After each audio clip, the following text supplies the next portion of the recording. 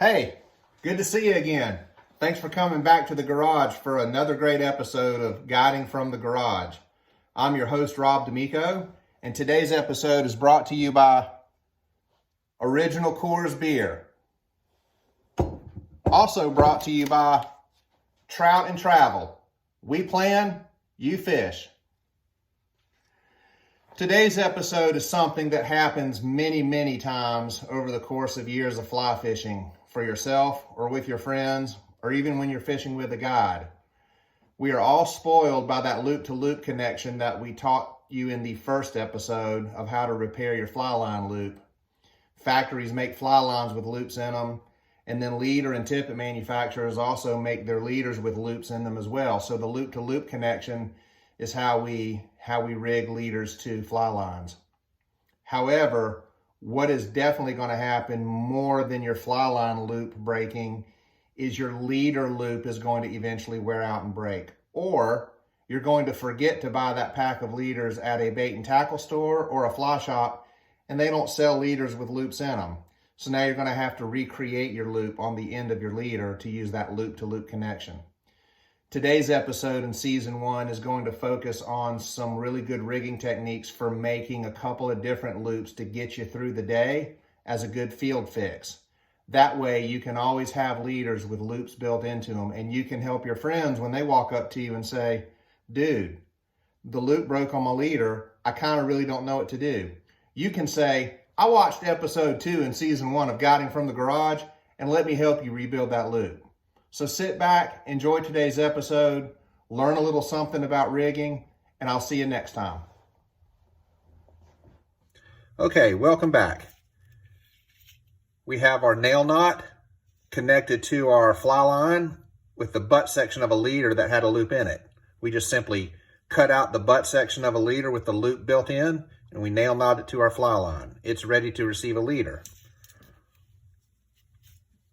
Problem is, because we cut that loop out of the leader, we don't have a loop on the end anymore. So here's a quick fix for that. Take the tag section, overlap it, make a big loop. Here's the running end, the tag end, here's the loop end. Separate those, make a loop, just like your fly line rigging. Pass this loop up through that loop, makes an overhand knot. Pull it tight.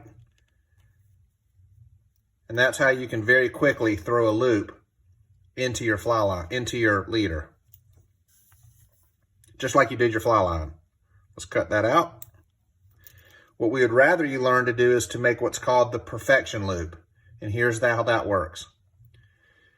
Make a large loop by putting the material or the tag end in your right hand behind the material in your left hand.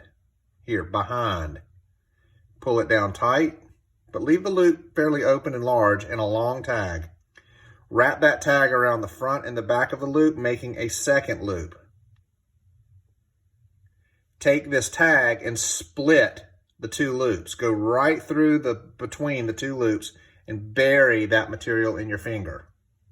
So what you're still left with that you can see is two loops. What you can't see is that tag that's buried between your fingers. I'll let it go so you can see it. There it is. So take your tag after you make the second loop and split those two loops buried in your fingers. Reach through the back of the first loop and grab the second loop and pull it up through the first loop. This is called the perfection loop because, as you can see, it sits straight up and down like it's a balloon on a string. I like to take my forceps or my nail knot tool and I'll pull it tight. The perfection loop sits straight up on a string like a balloon, and it has a 90-degree tag that comes off of it.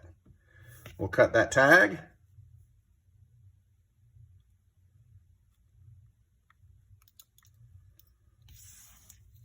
And now we're ready for the leader loop and the fly line loop to be put together. And those are a couple of quick ways to rebuild the loop on the end of your leader.